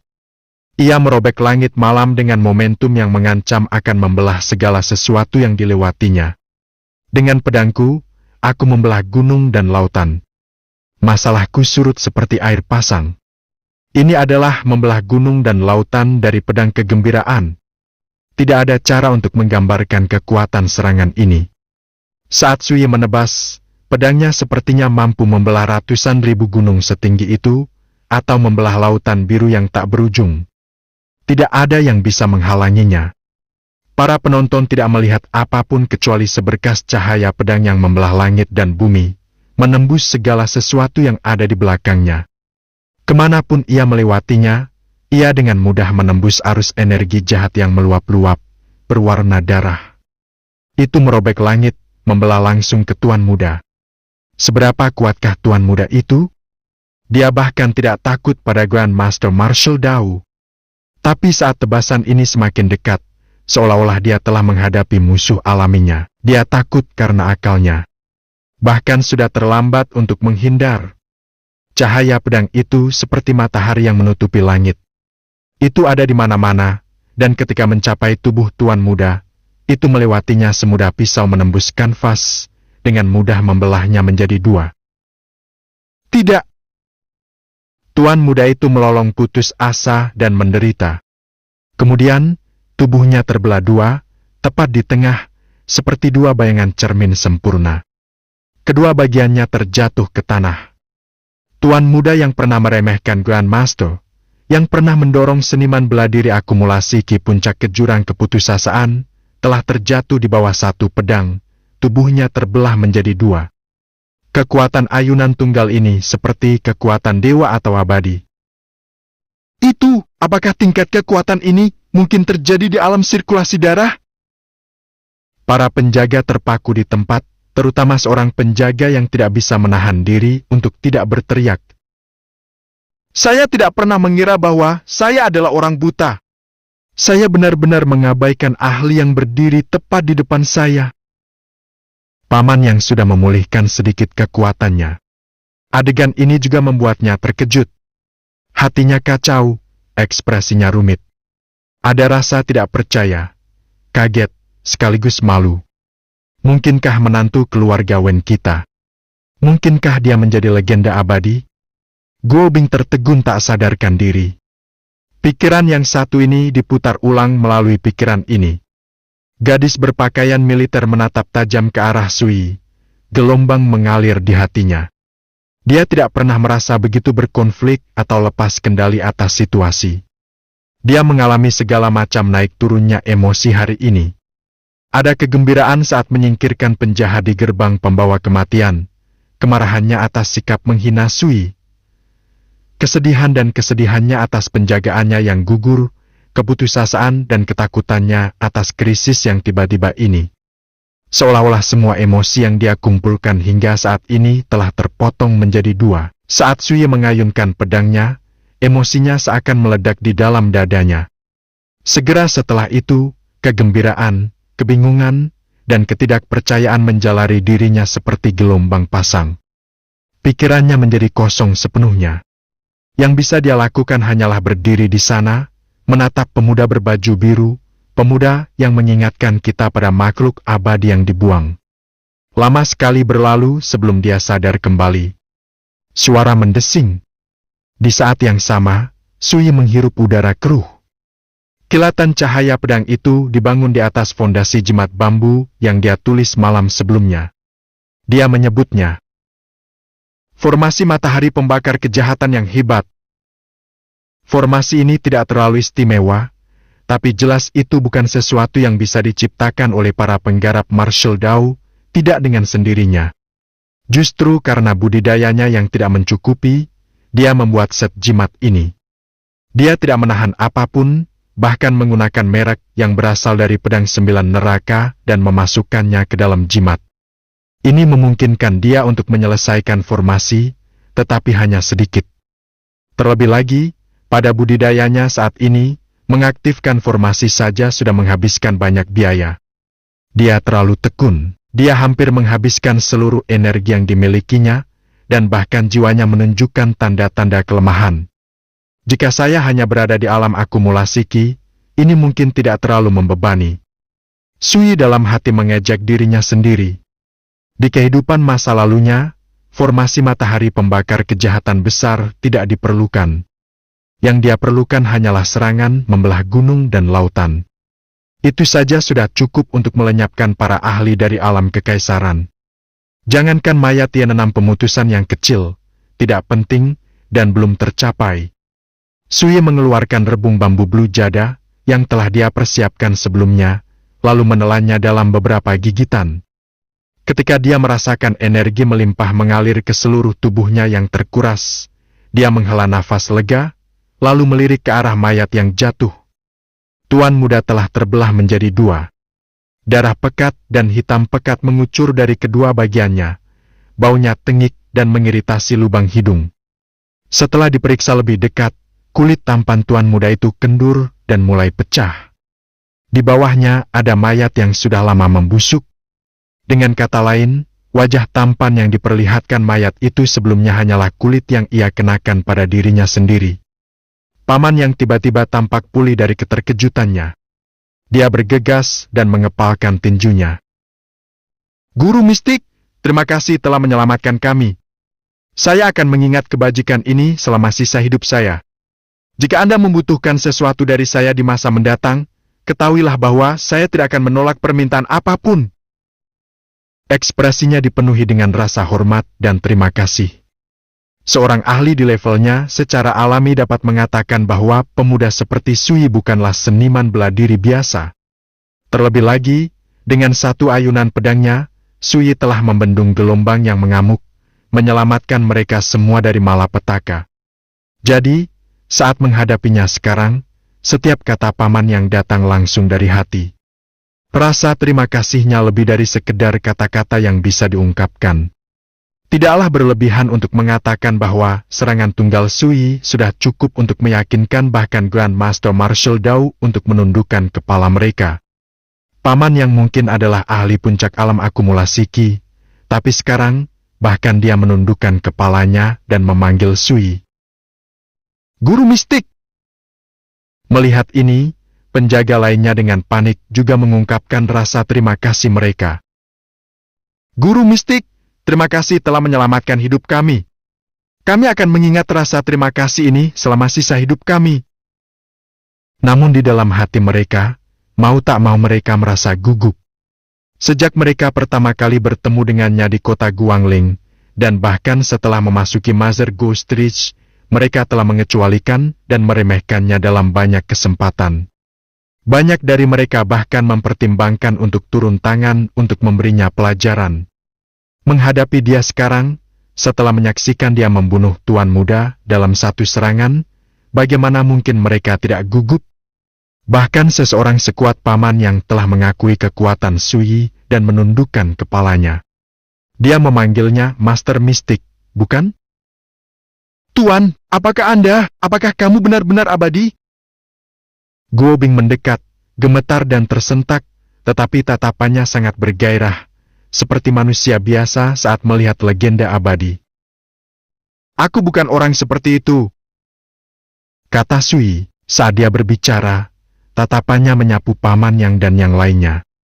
Dia berkata dengan datar, "Saya datang ke Master Ghostris khusus untuk mencari mangsa khusus ini. Aku kebetulan menyelamatkanmu saat aku berada di sana, jadi tidak perlu bersikap sopan." Dia tidak mengatakan itu karena sopan santun.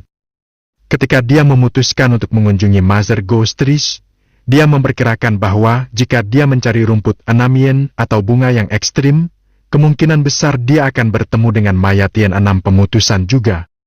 Itulah sebabnya dia berusaha keras untuk menuliskan jimat dasar bambu itu.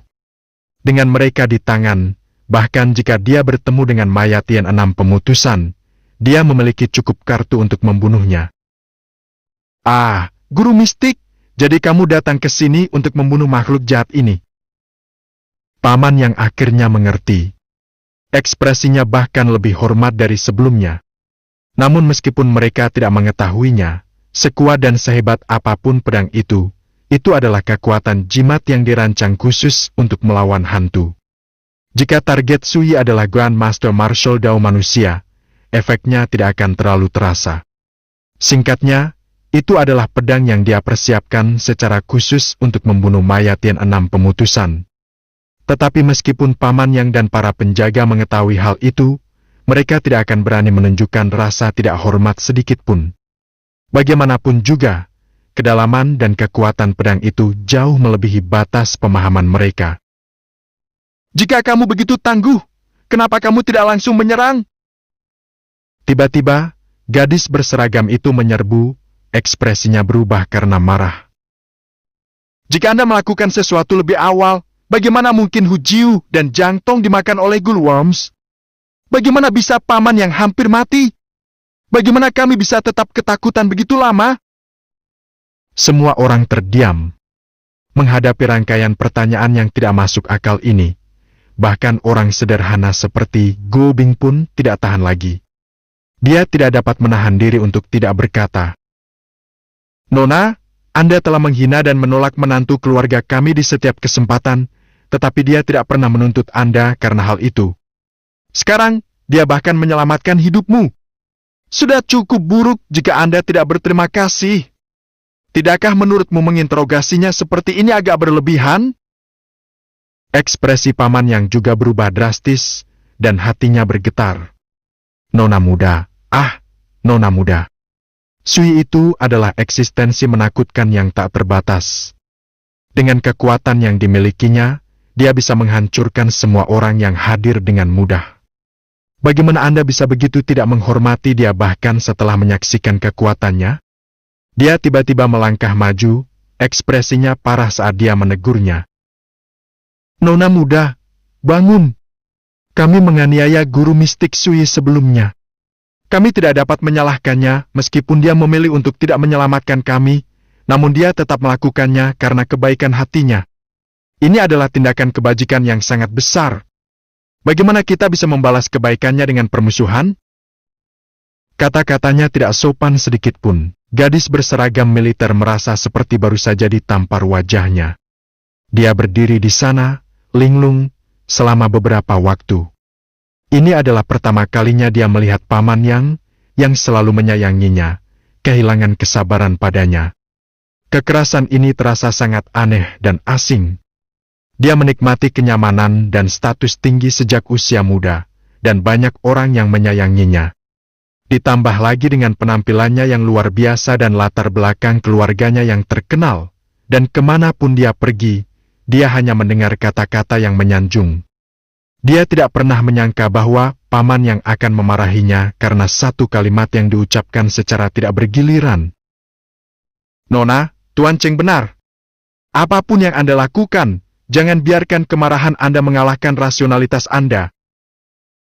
Para penjaga juga ikut campur.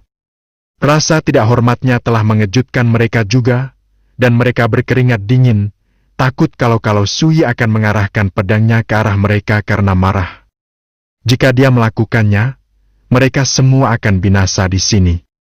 Paman yang berbicara atas nama Sui, bahkan para pengawalnya pun menentangnya. Pada saat itu, gadis itu merasa seolah-olah dia sendirian di dunia ini. Ekspresi berbeda melintas di wajahnya, dan dia tampak bingung dan bingung. Apa aku benar-benar salah? Beberapa saat kemudian, dia akhirnya mendapatkan kembali kejernihan mental dan rasionalitasnya. Dia menghadap Sui dan diam-diam menundukkan kepalanya yang angkuh.